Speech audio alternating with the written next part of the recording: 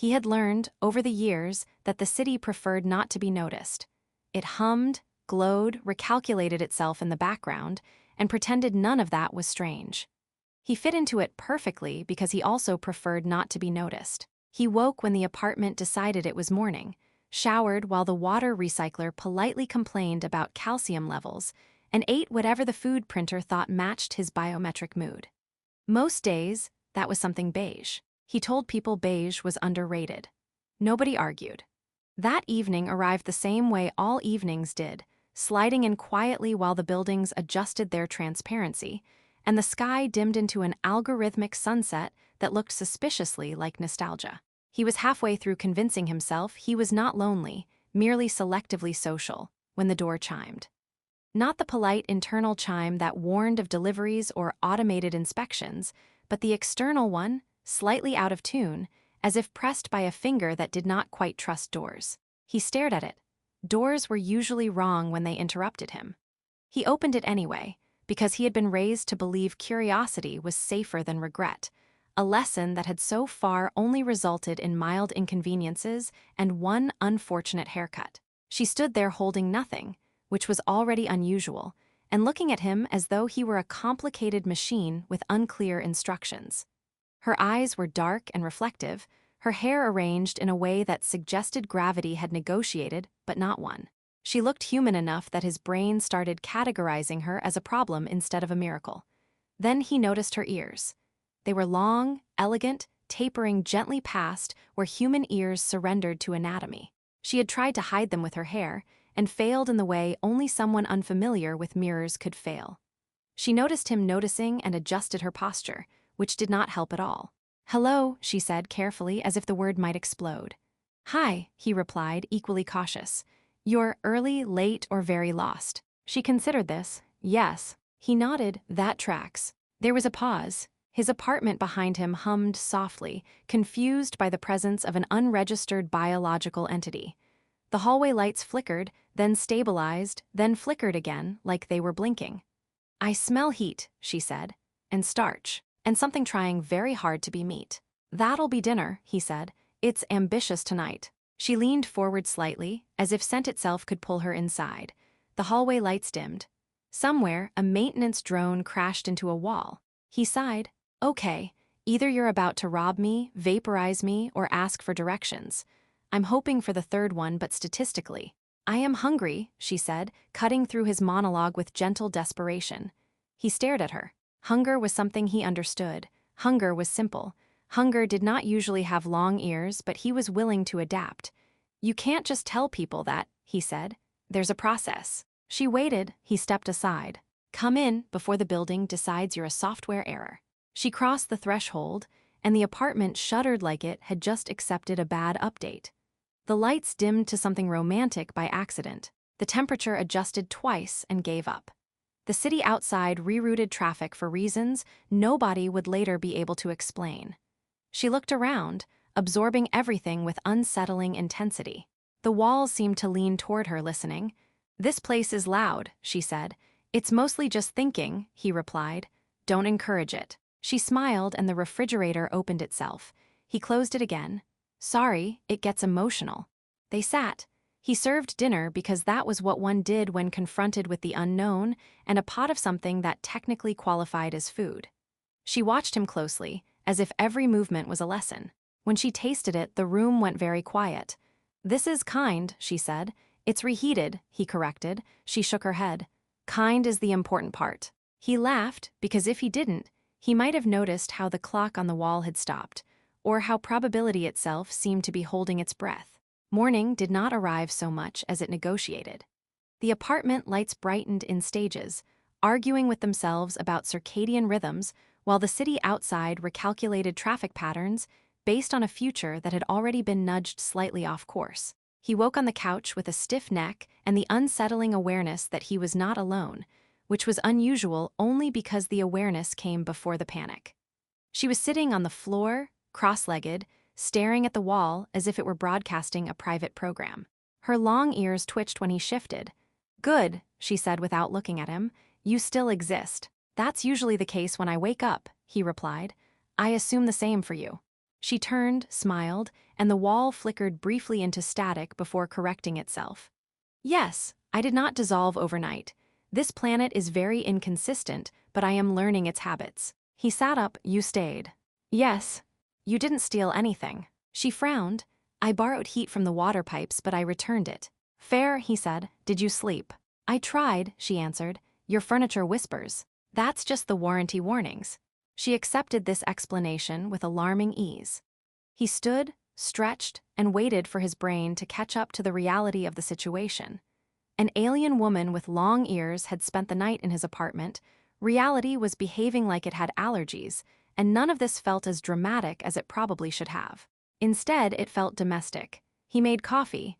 The machine sputtered, paused, then produced something that smelled suspiciously like confidence. She watched closely. Is that a ritual? More of a coping mechanism. She nodded. I will require one eventually. They sat again, silence settling comfortably between them until it began to bend. The clock started ticking, realized it had missed something, then skipped ahead several seconds in embarrassment. You haven't told me your name, he said. I have many, she replied. Here, most of them would cause nosebleeds. Let's avoid medical incidents before breakfast. She thought for a moment. You may call me Lyra. It is not accurate, but it is polite. Lyra, he repeated. I know, she interrupted gently.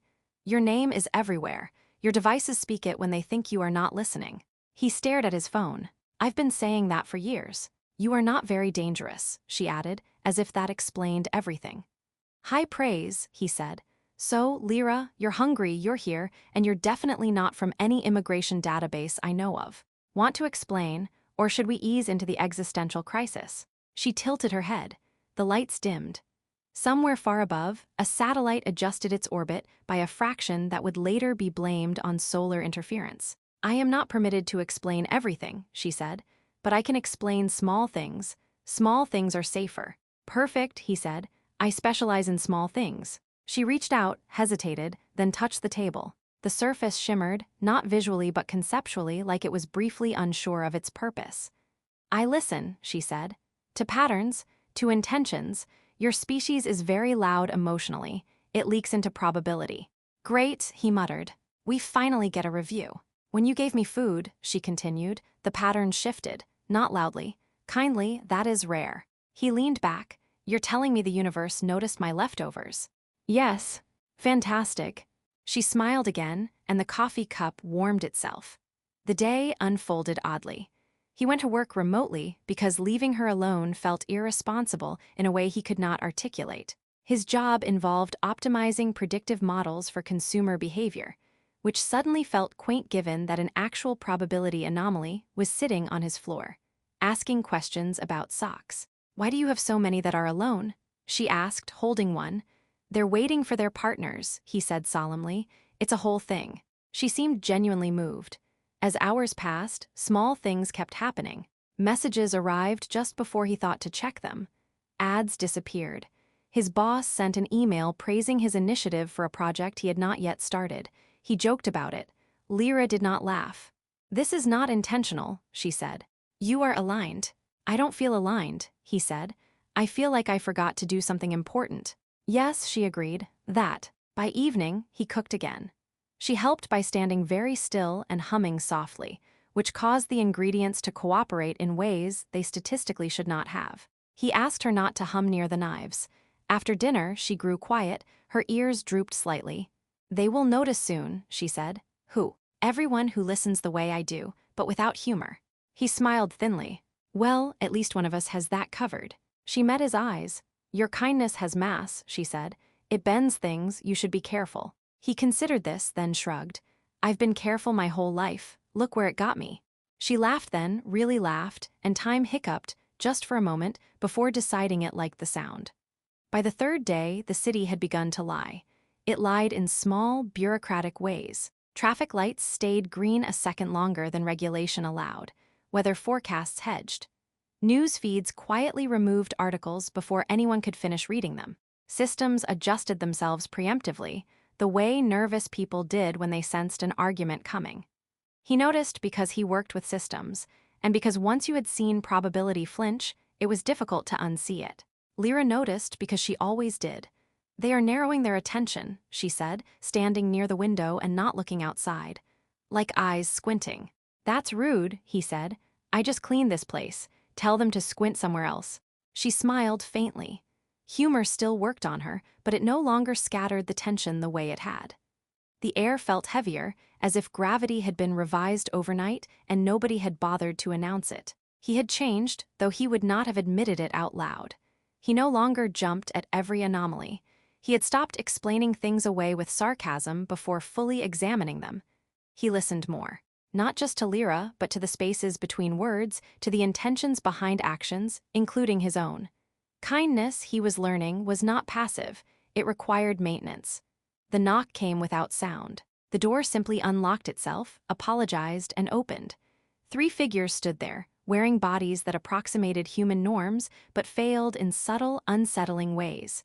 Their eyes were too symmetrical. Their smiles arrived too late. The room reacted badly, lights dimming, walls tightening their resonance. Lyra stepped forward, her ears lifted, unhidden now. "You are early," she said. "We are late everywhere else," one replied. Its voice arrived in layers, like overlapping translations. "You have caused a deviation." He raised a hand. "Hi, human here, big fan of doors, please use them properly." None of them looked at him. "She exercised agency," another said. "And attachment." "She ate dinner," he snapped. "Call the tribunal." Lyra glanced back at him, something warm and regretful passing between them. "This is where it ends," she said softly. "I must go with them." "And if you do?" he asked. The third figure tilted its head. "Then this probability not tightens until something breaks. Likely him." "Well," he said, exhaling, "that seems unfair." Lyra reached for him, hesitated, then took his hand. The room steadied, as if reassured. "This is the part where I am supposed to erase myself from your outcomes," she said. "Undo the bend." He laughed quietly. "You don't erase dents by pretending they didn't happen." She closed her eyes. The air shimmered, not visibly, but emotionally. He felt something loosen inside him, something old and defensive. "You taught me something," she said. "That kindness without expectation is a force. That humor is a stabilizer. That humans are not loud by accident." The figures recoiled slightly. "This is inefficient," one said. "Story of my life," he replied. Lyra stepped back, releasing his hand. The room exhaled. Time resumed its proper posture. "I will listen for you," she said, "across patterns." "And I'll keep cooking," he said, "just in case." She smiled, and then she was gone, along with the others, the door closing properly this time. The city sighed. Systems recalibrated. Probability settled into a new, quieter configuration. Life returned to normal, except it didn't. He went back to work, but he no longer optimized only for outcomes. He asked why. He helped colleagues without calculating benefit. He spoke up when silence would have been easier. The world did not reward him dramatically. It simply responded. Sometimes, late at night, the refrigerator opened itself. Sometimes the lights